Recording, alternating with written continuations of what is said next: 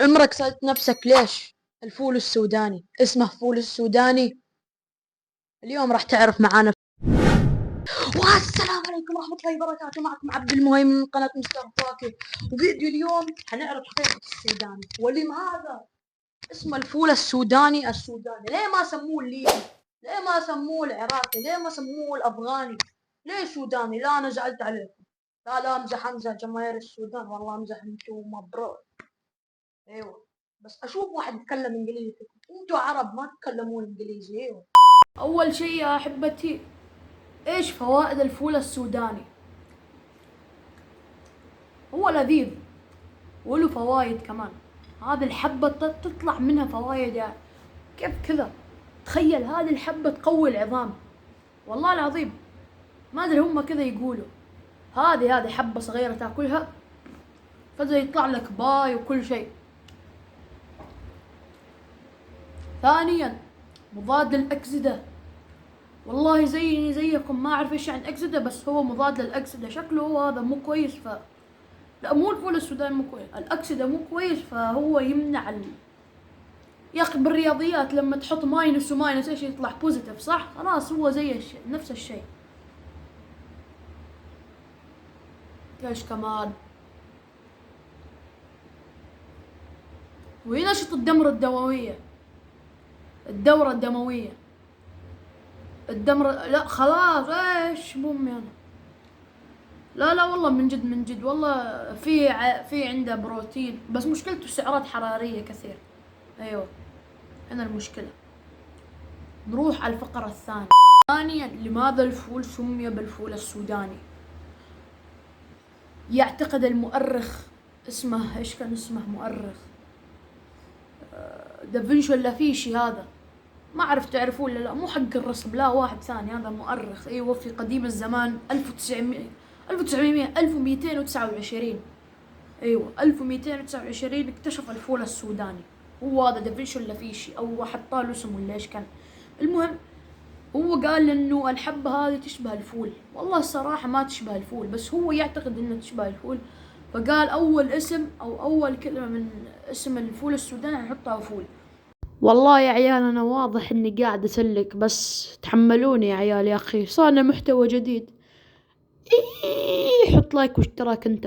ان لم تحط لايك واشتراك اعلم ان الشيطان قد منعك.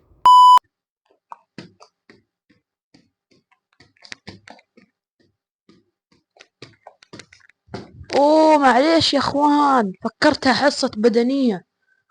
ما هو الفقرة الثالثة يقولوا انه الفول السوداني. ايوه، يقولوا انه الفول السوداني بعض اللاعبين ياخذوه وبعض الرياضيين. يلا حط لي رياضي او لاعب كرة قدم في بالك. ليبرون جيمس ياخذه. مين كمان؟ ميسي ياخذه ياكله يعني. بس هم ما ياكلون الفول السوداني، هم شوية دلوعين ياكلون بينات باتر. هذه. مين ببالك كمان؟ مين ببالك؟ نيمار. والله نيمار مدري عنه. الدون كريستيانو ياكله. فيا عزيزي المشاهد انت وياه لازم تاكلون فول السودان عشان تصيرون زي اللاعبين. الحمد لله ما جت فيكم، معليش انا معليش. ويلا خليكم في الفقرة الثالثة. هل تعلم يا عزيزي وعزيزتي المشاهدة انه كثرة الفول السوداني فيه سلبيات؟ ايوه، يعني مثلا السلبية الاولى من الفول السوداني. الفول السوداني كثرة اكله، كلما تاكله يعني كلما تصير مو معضل يعني، تسمن. ايوه. ما عرفت اوصل لكم الفكرة لانه شوية انا يعني انتوا تتكلمون شيء وانا اتكلم، انت مثلا ليبي حتفهم علي ازاي يا اسطى؟ ايوه، لازم نوفر اللغات او اللهجات.